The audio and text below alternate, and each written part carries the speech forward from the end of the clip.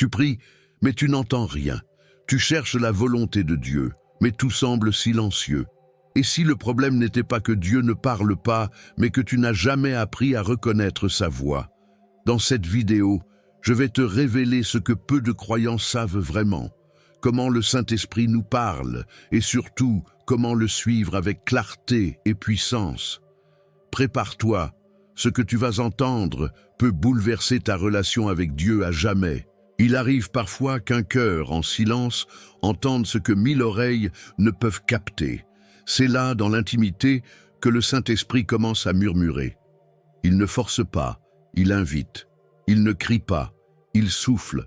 Ceux qui désirent entendre la voix de Dieu doivent apprendre à reconnaître ce murmure sacré au-delà du tumulte du monde. Cette voix douce mais puissante est souvent couverte par le bruit des responsabilités, des pensées envahissantes, des notifications incessantes. Et pourtant, elle est là, constante. Le Saint-Esprit agit comme un guide spirituel, prêt à éclairer notre chemin, à nous avertir des dangers, à nous offrir sagesse et consolation. Encore faut-il être disposé à écouter spirituellement. Dans les Écritures, on découvre que Dieu parle d'innombrables manières, par des rêves, des prophéties, des songes, mais aussi dans le quotidien, les rencontres et les circonstances. Jésus a dit « Mes brebis entendent ma voix, je les connais et elles me suivent » Jean 10, 27. Cette connexion divine n'est donc pas un privilège pour quelques élus, mais une invitation universelle. Mais pourquoi tant de personnes disent ne jamais entendre Dieu? Peut-être cherche-t-elle un tonnerre alors qu'il vient dans le silence. Élie l'a appris dans la grotte. Dieu ne se trouvait ni dans le vent, ni dans le feu, ni dans le tremblement, mais dans un souffle doux et léger. 1 Roi 19. Voilà la subtilité de l'écoute spirituelle. Le Saint-Esprit n'est pas distant. Il habite en nous, nous parle dans l'intime de l'âme, au travers de la prière, de la Bible et même de notre intuition sanctifiée.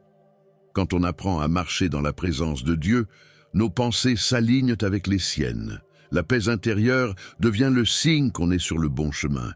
Cette paix, justement, agit souvent comme un feu vert intérieur. Quand tu ressens cette sérénité après avoir prié, ce n'est pas juste un état d'esprit, c'est un fruit de l'esprit. Galates 5, 22. Le Saint-Esprit ne pousse jamais à la confusion. Il éclaire, rassure, instruit et surtout transforme. Une âme attentive verra apparaître les signes de Dieu là où d'autres voient des coïncidences. Une porte qui se ferme, un mot d'un inconnu, un verset qui saute aux yeux. Le Saint-Esprit utilise 1000 moyens pour nous interpeller. Mais le discernement vient avec l'écoute et la persévérance. Il faut dire que trop souvent, nous prions pour entendre Dieu, mais fuyons le silence nécessaire à cette écoute. Dieu n'est pas bavard, il est intentionnel. Pour recevoir ces révélations, il faut parfois éteindre les voix extérieures et s'agenouiller en adoration, dans une remise totale. Certains témoins racontent comment une décision importante fut prise après un simple moment de paix durant un culte. D'autres expliquent qu'ils ont été guidés loin d'un danger grâce à une intuition soudaine. Ces récits montrent que la voix du Saint-Esprit peut être discrète, mais elle est toujours présente pour ceux qui la cherchent. Il est crucial de développer le discernement. L'ennemi peut imiter, confondre, mentir, mais la voix de Dieu se reconnaît à ses fruits, amour, protection spirituelle, sagesse divine. Elle ne flatte pas l'ego. Elle appelle à la repentance, à la humilité, à la transformation du cœur. Pour apprendre à l'écouter, il faut pratiquer. Créer un espace chaque jour pour méditer, prier, lire la parole. C'est là que la croissance spirituelle se développe. C'est dans ces moments que Dieu façonne notre but, notre obéissance, notre confiance en lui. Les grands personnages bibliques comme Samuel ont commencé très jeunes à reconnaître cette voix. Il a fallu qu'Élie l'enseigne à dire « Parle Seigneur, ton serviteur écoute » 1 Samuel 3,10. Cette simple phrase est aujourd'hui encore une clé puissante pour toute relation avec Dieu. Le Saint-Esprit ne parle pas toujours en réponse immédiate. Parfois, il nous forme dans l'attente, il nous enseigne la patience, il nous éprouve pour forger notre caractère. Même le silence de Dieu a un sens. C'est une invitation à faire confiance. La direction divine ne suit pas toujours la logique humaine. C'est pourquoi il faut apprendre à marcher par la foi, non par la vue.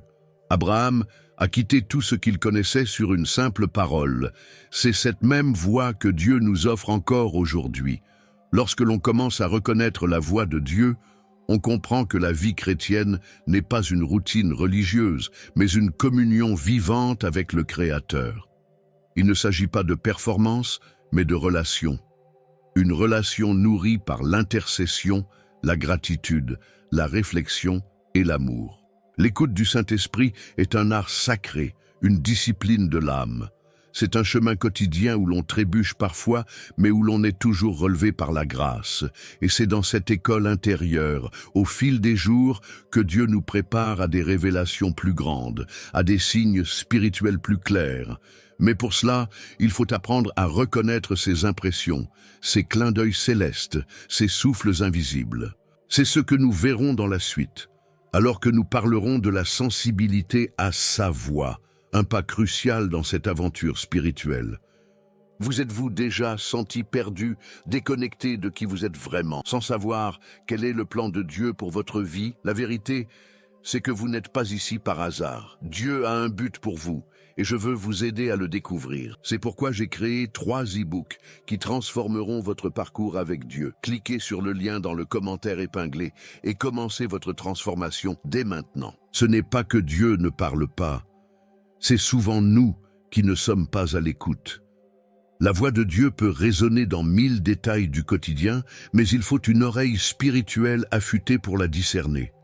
De la même manière qu'un musicien reconnaît une note au milieu du bruit, un cœur connecté au Saint-Esprit reconnaît ses impressions. Être sensible à sa voix, c'est accepter que Dieu utilise aussi nos émotions sanctifiées, notre intuition et même les circonstances comme des instruments de communication.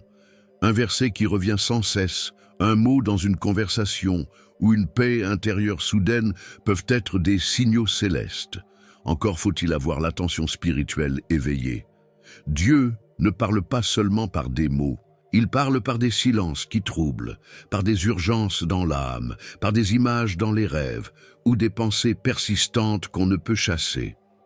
Dans Jean 14, 26, Jésus dit « Le Consolateur, le Saint-Esprit, vous rappellera tout ce que je vous ai dit. » Cela inclut même des souvenirs oubliés. Dans certains moments, le cœur se met à battre plus vite. Une situation banale devient soudain chargée de sens. Voilà comment agit le guide spirituel en nous. Il ne pousse pas, il attire. Il ne panique pas, il convainc avec douceur. La présence de Dieu vient avec des signes de paix, jamais de confusion. Certains témoignent avoir changé de direction dans leur vie suite à un simple moment de prière où tout s'est éclairci. D'autres ont reçu des révélations profondes à travers un passage biblique lu 1000 fois auparavant. Être sensible, c'est être disponible. Et cela s'apprend. Par la méditation, la gratitude, la remise totale. La Bible regorge d'exemples, Joseph guidé par des rêves, Moïse interpellé dans le désert, Ésaïe saisi par une vision au temple. Tous avaient cette écoute spirituelle qui transforme l'ordinaire en sacré. Dieu ne change pas, il continue de parler aujourd'hui. Mais es-tu prêt à entendre ? Pour certains, la voix du Saint-Esprit est comme une lumière intérieure qui s'allume face à une vérité. Pour d'autres, c'est un frisson, une conviction profonde. La sagesse divine ne s'impose pas comme un orage, elle descend comme une rosée. Ce qui est subtil pour l'un peut être évident pour l'autre. La foi est indispensable. Sans elle, on finit par douter de tout, même de ses propres élans spirituels. Mais avec elle, même une petite voix peut devenir un puissant appel. Celui qui a des oreilles, qu'il entende ce que l'Esprit dit aux églises. Apocalypse 2, 7. Ce verset est une invitation, mais aussi une responsabilité. On ne devient pas sensible à Dieu en une nuit. C'est comme un muscle qui se développe. Il faut du temps, de la persévérance, parfois même des erreurs, pour apprendre à différencier la voix de Dieu de celle de nos émotions. Mais chaque pas vers cette sensibilité est un pas vers la relation avec Dieu. L'adoration, par exemple, ouvre les portes du ciel. Quand tu loues Dieu avec sincérité, ton âme s'accorde à sa fréquence. Le discernement s'affine. Tu sens quand tu dois parler ou te taire, agir ou attendre. Le Saint-Esprit devient un compagnon actif dans chaque décision. Et que dire de ces moments où tout semble s'effondrer, mais un mot surgit dans ton cœur. Je suis avec toi. Ce n'est pas une pensée aléatoire. C'est une voix divine, une promesse de protection spirituelle. C'est le genre de sensibilité qui te fait marcher sur les eaux sans peur. Si tu ressens une lourdeur en toi quand tu vas contre la direction divine, c'est aussi une manière par laquelle l'Esprit parle. Il alerte, il prévient, et s'il y a obéissance, il restaure. Comme dans Acte 16, quand Paul est empêché par l'Esprit d'aller en Asie. Ce n'est pas un refus, c'est une redirection pleine de but. Mais attention aux obstacles spirituels. Le péché non confessé, l'amertume, la distraction constante, tout cela peut embrouiller la fréquence du ciel. Il est donc crucial d'examiner son cœur, de pratiquer la repentance et de garder son âme propre pour rester sensible aux murmures de Dieu. Rien de ce que Dieu fait en toi n'est anodin. Chaque impression, chaque appel, chaque intercession soudaine a un sens. Il ne parle jamais pour ne rien dire. Même le silence a un poids. Parfois, il nous prépare, il nous teste, il nous façonne à travers cette attente sacrée. La sensibilité à la voix du Saint-Esprit est un art de vivre. Elle transforme tes journées banales en aventures divines. Chaque rendez-vous peut devenir une mission, chaque détour un miracle en préparation. Mais pour cela, il faut avoir le cœur en alerte, prêt à reconnaître les signes spirituels. Et une fois qu'on devient sensible à sa voix, il ne reste plus qu'à l'écouter profondément. Car entendre ne suffit pas. La vraie bénédiction se manifeste quand on répond avec foi et obéissance. Et justement, dans ce prochain chapitre, nous verrons les outils spirituels nécessaires pour entretenir cette relation et approfondir cette écoute. Le contenu vous a plu et il a fait une différence pour vous? Cliquez sur « Merci » et soutenez notre travail. Tu veux entendre la voix de Dieu, mais ton cœur est encombré. Tu demandes une direction divine, mais ta journée est saturée d'activités. Voilà où commencent les outils spirituels, dans l'intention de faire de la place pour le Saint-Esprit, pour qu'il ait l'espace de parler, guider, transformer. Le premier outil, c'est la prière sincère, pas celle qui débite des mots, mais celle qui expose l'âme. La prière est un dialogue, pas un monologue. C'est là que tu invites la présence de Dieu, que tu ouvres ton cœur et que tu écoutes en retour. C'est une clé d'or pour ouvrir le ciel au quotidien. Ensuite vient la lecture de la Bible. Ce n'est pas juste un devoir religieux, c'est une nourriture vivante. La parole est comme une boussole. Elle éclaire le chemin, donne du discernement et alimente la foi. Hébreux 4:12 dit que la parole est plus tranchante qu'une épée à deux tranchants. Rien ne perce autant. Un autre outil souvent négligé, le silence. Oui, le silence. Dans un monde saturé de bruit, apprendre à se taire devant Dieu est un acte de foi en soi. Dans le silence, les pensées se calment, l'intuition s'éveille, et la voix de Dieu devient audible. C'est là que les secrets du ciel se dévoilent. Créer un espace dédié à Dieu chez soi, un coin de prière, un fauteuil réservé à l'adoration ou à la méditation, est aussi un outil puissant. Ce lieu devient un point de contact entre le visible et l'invisible. Dieu aime l'intention, l'honneur qu'on lui rend même dans les détails. Il ne faut pas négliger l'intercession non plus. Quand tu pries pour les autres, tu entres dans le cœur de Dieu. L'intercession t'éloigne de toi-même et t'approche de son amour. C'est là que naît la communion, ce lien profond entre les croyants et l'esprit. L'unité attire la puissance divine. La gratitude est un autre outil incontournable. Elle change notre perception spirituelle. Quand tu remercies Dieu pour ce que tu as, tu prépares ton cœur à recevoir ce qu'il veut encore te donner. La gratitude ouvre le ciel et remplit l'âme de paix intérieure. Il existe aussi des outils concrets. Un carnet de prière où tu écris tes requêtes, les signes de Dieu que tu reçois, les versets qui t'interpellent. Cela devient un journal de ta croissance spirituelle, une trace tangible de ta relation avec Dieu. Le jeûne, parfois redouté, est une arme redoutable, non pas pour manipuler Dieu, mais pour vider l'âme du superflu et la reconnecter à l'essentiel. Jésus lui-même a jeûné. Le jeûne permet de percevoir plus clairement la direction divine. Un autre outil souvent négligé, c'est la repentance. Elle n'est pas une punition, mais une libération. Elle purifie le canal par lequel Dieu veut parler. Sans elle, les obstacles spirituels s'accumulent et brouillent le message céleste. La repentance prépare le terrain pour la transformation. Les louanges ont aussi leur place. David, dans les psaumes, montre que louer Dieu en toutes circonstances attire sa présence. La louange casse les chaînes, repousse les ténèbres et renforce notre confiance. Quand on loue, on élève Dieu au-dessus de ses problèmes. N'oublions pas l'obéissance immédiate. Quand Dieu parle, répondre rapidement est une preuve d'amour. Cela aligne notre volonté avec la sienne. C'est dans l'obéissance que les fruits de l'esprit commencent à mûrir dans notre caractère. Il y a aussi la réflexion, la pause volontaire, méditer un verset, une situation, une prière. Ce n'est pas paresseux, c'est stratégique. Dans la réflexion naît la sagesse divine. C'est ainsi que l'Esprit nous enseigne en connectant les points entre ce qu'on lit, vit et ressent. Le partage est aussi un outil. Témoigner, échanger avec d'autres croyants, écouter leurs expériences, cela nous édifie. Parfois, Dieu parle au travers de la bouche d'un frère, d'une sœur ou même d'un enfant. Ce lien renforce notre protection spirituelle et notre humilité. Enfin, il faut entretenir la flamme. Tous ces outils, aussi puissants soient-ils, doivent être utilisés avec persévérance. Ce n'est pas une formule magique, c'est une relation vivante. Ce qu'on sème dans le secret, Dieu le révèle au grand jour. Rien n'est perdu. Ces outils ne sont pas réservés aux super spirituels.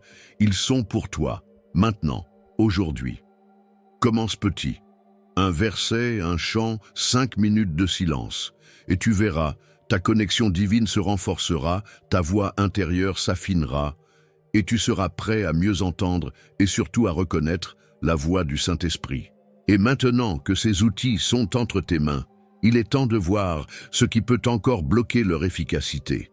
Car dans le prochain chapitre, nous parlerons des obstacles à l'écoute, ces freins invisibles qui brouillent la voix divine. Tu as prié, tu as lu la Bible, tu as attendu, mais tu n'as rien entendu. Tu t'es demandé, est-ce que Dieu m'ignore? Pourtant, ce n'est pas qu'il se tait. C'est souvent que quelque chose bloque. Et ces obstacles spirituels, s'ils ne sont pas identifiés, finissent par étouffer la voix du Saint-Esprit. L'un des premiers ennemis, c'est le bruit. Pas seulement le bruit extérieur, mais surtout le bruit intérieur. Ces pensées qui tournent en boucle, ces peurs, ces « et si jamais ». Le silence devient alors une denrée rare. Et sans silence, il est difficile de capter les signes de Dieu. Il y a aussi la distraction constante. Téléphone, notification, obligation. Tout concourt à voler notre attention, et Dieu, qui parle dans le subtil, attend qu'on lui accorde notre présence de cœur. Pas facile d'entendre une voix divine au milieu du tumulte des réseaux. Les émotions non gérées sont aussi un voile sur l'écoute spirituelle. La peur, le doute, la colère, tout cela déforme notre perception. Ce n'est pas que Dieu ne parle pas, c'est que notre cœur ne peut pas discerner. La paix est une condition essentielle pour l'intuition sanctifiée. Un autre piège, l'attente d'une voix spectaculaire. On veut un éclair, une voix audible, une prophétie tonitruante. Mais Dieu choisit souvent des moyens simples, un mot dans un verset, un rêve, une pensée persistante. Chercher le spectaculaire, c'est parfois passer à côté du surnaturel discret. Le péché non confessé est une barrière sérieuse, pas parce que Dieu se détourne, mais parce que le péché trouble notre cœur. La repentance, elle, nettoie la fréquence. C'est un acte d'humilité qui rend l'âme réceptive à la voix de Dieu. C'est comme ajuster une radio, plus de parasites. Les blessures du passé, si elles ne sont pas guéries, peuvent aussi déformer l'écoute. Quelqu'un qui a été trahi aura du mal à faire confiance à Dieu. Quelqu'un qui a été rejeté aura peur de s'approcher. Ces blocages affectent la relation avec Dieu. mais la transformation commence par l'acceptation de cette vulnérabilité. Le manque de foi est un obstacle majeur. Hébreux 11:6 le dit clairement. Sans foi, il est impossible de lui être agréable. Douter de sa capacité à entendre Dieu, c'est comme mettre un casque sur ses oreilles. La confiance ouvre, le scepticisme ferme. Le manque d'obéissance passée peut aussi causer un silence spirituel. Pourquoi Dieu dirait-il quelque chose de nouveau si on n'a pas agi sur ce qu'il a déjà dit? L'obéissance est un amplificateur de sa voix. Le refus d'obéir, un mur. Dieu parle pour qu'on avance, pas juste pour informer. La comparaison avec les autres est un poison. Pourquoi Dieu parle à lui et pas à moi? Ce type de pensée tue la paix intérieure. Chacun a un chemin unique, une connexion divine personnalisée. Ce n'est pas une course, c'est un appel. Dieu nous parle à tous, à sa façon. Il y a aussi le refus du changement. La parole de Dieu transforme. Mais si je ne veux pas changer, j'éviterai inconsciemment d'écouter. Le Saint-Esprit n'est pas un coach motivant. Il est un guide spirituel qui nous emmène là où il faut, même si ce n'est pas confortable. L'orgueil, subtil mais puissant, est un bloqueur terrible. Penser qu'on sait déjà, qu'on a tout compris, qu'on n'a rien à apprendre.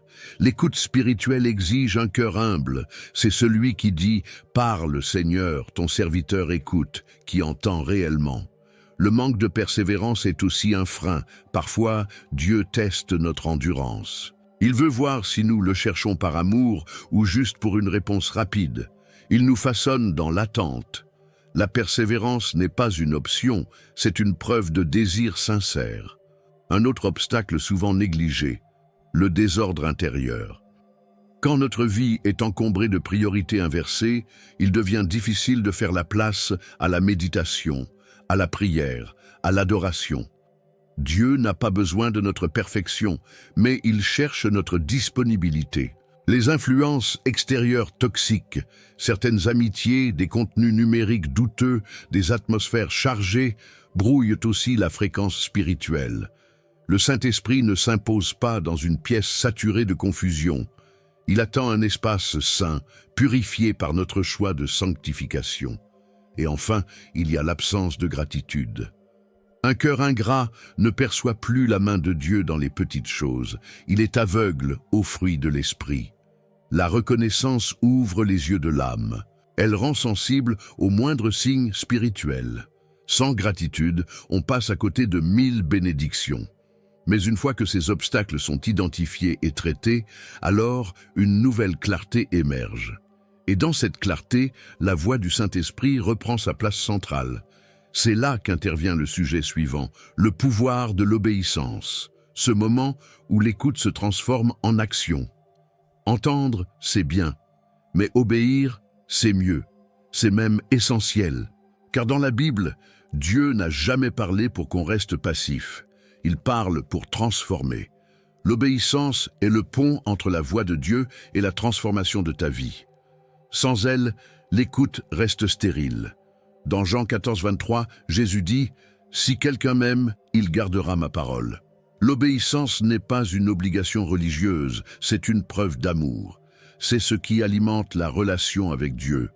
C'est dans l'action, dans la mise en pratique, que les fruits de l'esprit commencent à pousser. Il y a des moments où le Saint-Esprit te dit d'appeler quelqu'un, de pardonner, de changer de voie. Et c'est précisément dans ces actes simples que se joue ta maturité spirituelle. Car l'obéissance débloque la direction divine. Elle ouvre des portes invisibles.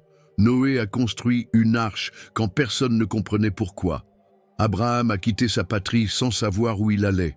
Paul a prêché malgré les chaînes. Ce n'est pas parce qu'ils entendaient seulement. C'est parce qu'ils obéissaient avec foi, même sans tout comprendre. Chaque fois que tu obéis à une directive du Saint-Esprit, même petite, tu grandis. C'est comme si tu fortifiais ta capacité à entendre davantage. L'écoute spirituelle s'aiguise à travers l'action. Celui qui agit sur ce qu'il reçoit recevra plus. Dieu ne cherche pas des religieux parfaits, mais des enfants disponibles, des cœurs ouverts à faire ce qu'il dit, même si cela semble insignifiant.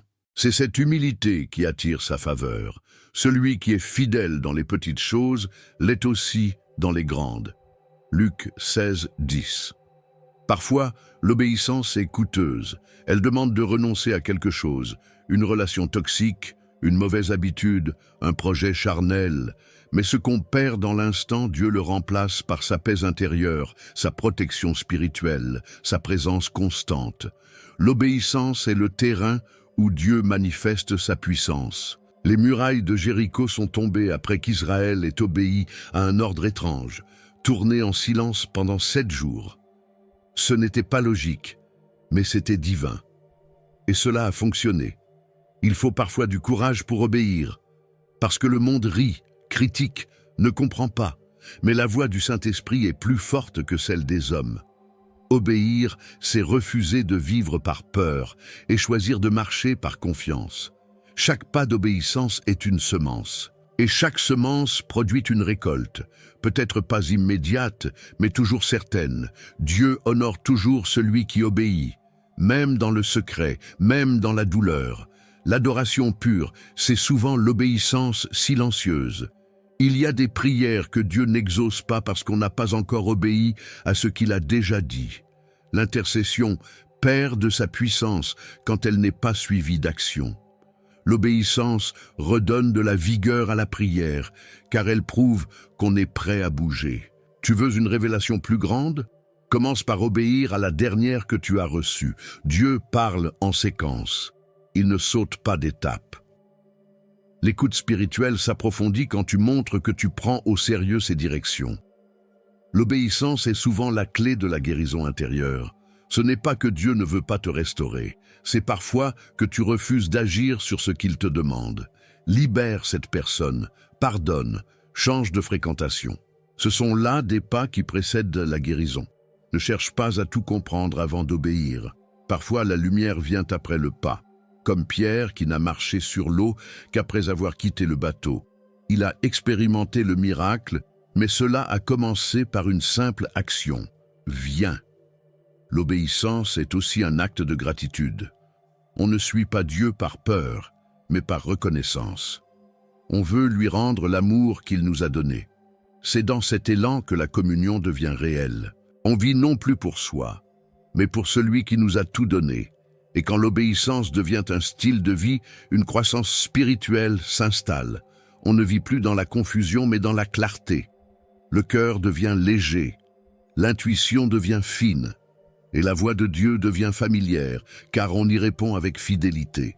Et maintenant que tu comprends la puissance de l'obéissance, il est temps de passer à l'étape suivante. Voir comment cette obéissance s'incarne dans la pratique, avec des expériences réelles, des prières et des chemins concrets pour s'aligner avec Dieu. Il y a des moments où l'on lit, médite, apprend, mais rien ne vaut l'expérience. Ce n'est pas dans les livres seulement qu'on apprend à écouter la voix de Dieu. C'est dans la vie réelle, au milieu des choix, des silences, des luttes et des percées. C'est là que le Saint-Esprit se révèle pleinement. Prenons l'exemple de Sarah. Jeune chrétienne, elle priait depuis des mois pour savoir si elle devait changer de travail. Un jour, pendant sa méditation, un verset s'impose à elle. « Je vais faire une chose nouvelle. Ne la reconnaissez-vous pas ?» Ésaïe 43, 19. Elle ressent une paix intérieure indescriptible. Ce verset, accompagné d'un rêve dans la même semaine où elle voyait une porte lumineuse s'ouvrir, lui confirmait que Dieu l'appelait ailleurs. Elle a obéi, même si cela signifiait quitter la stabilité. Résultat ? 3 mois plus tard, elle avait non seulement un nouveau poste, mais aussi un environnement où sa foi s'épanouissait. L'expérience pratique, c'est aussi apprendre à prier différemment. Pas seulement pour demander, mais pour écouter. Thomas, un père de famille, avait l'habitude de prier en parlant beaucoup. Un jour, un pasteur lui a dit « Et si tu essayais de te taire après avoir prié ?» C'est là qu'il a commencé à entendre les impressions du Saint-Esprit. Il s'asseyait chaque matin, Bible ouverte, cœur disponible, parfois rien. D'autres fois, une pensée insistante « Appelle ton frère ».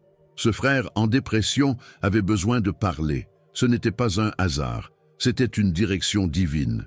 Une simple obéissance qui a produit un fruit de l'esprit, la paix. Dans la vie d'Isabelle, c'est par la gratitude qu'est venue la révélation. En notant chaque jour 3 raisons de remercier Dieu, elle a vu sa perspective changer. Elle a commencé à reconnaître les signes spirituels au quotidien. Un mot dans une conversation, un chant à la radio, une pensée soudaine. Les prières d'intercession sont aussi des terrains d'apprentissage. Philippe priait souvent pour lui-même, jusqu'au jour où Dieu l'a réveillé à 3 heures du matin. Il a senti une urgence de prier pour un collègue. Le lendemain, ce collègue lui a dit qu'il avait failli faire une tentative de suicide. Cette nuit-là, ce genre d'expériences ne s'inventent pas. Elles se vivent et elles naissent dans la communion avec le Saint-Esprit, dans l'obéissance, la persévérance et le discernement. Chaque acte, même minime, devient un lieu de révélation quand le cœur est connecté au ciel. La pratique, c'est aussi savoir s'arrêter pour adorer même quand rien ne va. Clara avait perdu un être cher. Au lieu de s'enfermer dans le silence du chagrin, elle a commencé à chanter. Dans ces moments, elle a senti la présence de Dieu d'une manière nouvelle et la guérison intérieure a commencé. Un autre point important, l'usage d'un journal de réflexion. Écrire ce que l'on ressent, ce que l'on croit avoir reçu, puis relire plus tard. On découvre des fils conducteurs, des révélations progressives. Dieu parle souvent en séquence, et tenir un carnet aide à suivre son mouvement. Et puis, il y a les expériences de silence apparent. Julien a traversé 6 mois sans sentir quoi que ce soit de Dieu. Il priait, lisait, attendait.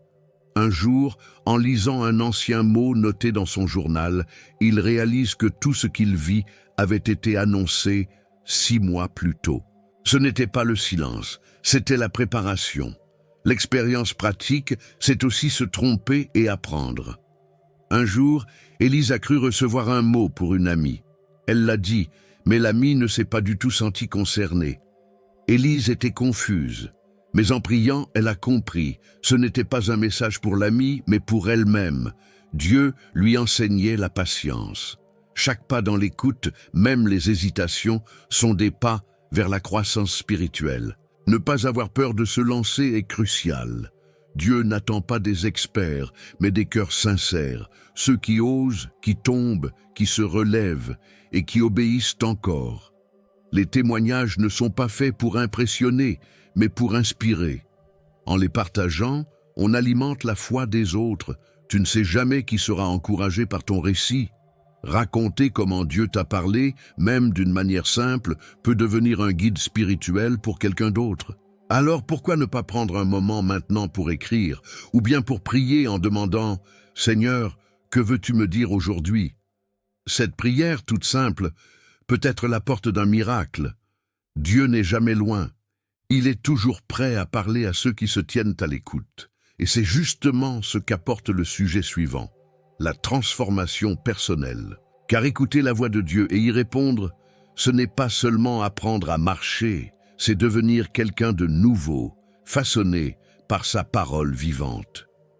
Quand le Saint-Esprit parle, ce n'est pas pour flatter, mais pour transformer. Il ne nous laisse jamais comme il nous a trouvés. Sa voix agit comme un miroir. Elle révèle, elle ajuste, elle guérit. Et quand on commence à l'écouter vraiment, quelque chose change. Pas autour, mais à l'intérieur. Ce changement commence souvent doucement. Un mot qui bouleverse, un verset qui illumine, une intuition qui ne nous quitte plus. Ce sont des graines que Dieu plante, et si on les arrose avec la prière, la méditation et surtout l'obéissance, elles deviennent des fruits visibles dans notre caractère. La transformation que produit le Saint-Esprit n'est pas une simple amélioration morale, c'est une métamorphose spirituelle. Paul en parle dans Romains 12, 2. « Soyez transformés par le renouvellement de votre intelligence. » C'est un changement de mentalité, de regard, de cœur. Un jour, Loïc, impulsif et colérique, entendit dans la prière « La douceur est plus forte que la violence ». Il savait que ce mot venait d'en haut. Alors, au lieu de réagir, il choisit le silence. Ce petit pas répété a radicalement changé ses relations. Le fruit de l'esprit avait commencé à mûrir. La transformation se manifeste souvent dans les moments les plus ordinaires. La façon de répondre à une provocation, de gérer une frustration, de traiter quelqu'un qui ne peut rien nous rendre. Là où, autrefois, régnait la chair, le guide spirituel installe sa paix. Elle se manifeste aussi dans notre manière de prendre des décisions. On ne cherche plus le confort, mais la direction divine. On n'agit plus par peur, mais par foi. On ne vit plus pour plaire aux autres, mais pour plaire à Dieu. Voilà la preuve que quelque chose s'est passé à l'intérieur. Une âme transformée devient naturellement sensible à la voix de Dieu. Elle ne résiste plus, elle coopère. Et cette disponibilité attire davantage de révélations, de paix intérieure, de sagesse divine. C'est une spirale de croissance qui change tout. Mais attention, la transformation n'est pas toujours agréable. Parfois, Dieu doit déraciner de vieilles pensées, briser des comportements hérités, exposer des blessures profondes. C'est inconfortable, mais c'est aussi le début de la liberté. Vous connaîtrez la vérité, et la vérité vous affranchira. Jean 8, 32. Dans ce processus, la repentance devient une amie. Elle ne condamne pas, elle libère. Elle permet d'avancer sans le poids du passé. Une personne transformée ne craint plus de se remettre en question, car elle sait que chaque pas vers la lumière est une victoire sur l'ombre. La relation avec Dieu devient alors plus fluide, plus authentique. On ne prie plus par obligation mais par désir. On n'adore plus pour être vu mais pour rencontrer. On ne lit plus la Bible pour la connaissance mais pour la communion. C'est un changement de posture, pas juste de pratique. Et cela se voit. Les proches remarquent un calme nouveau, les décisions deviennent plus sages. Les réactions sont empreintes de patience, de maîtrise de soi, d'amour, pas parfaites, mais alignées. C'est le Saint-Esprit qui œuvre en profondeur. La transformation touche aussi notre vision du monde. On ne voit plus les événements comme des fatalités, mais comme des opportunités de croissance.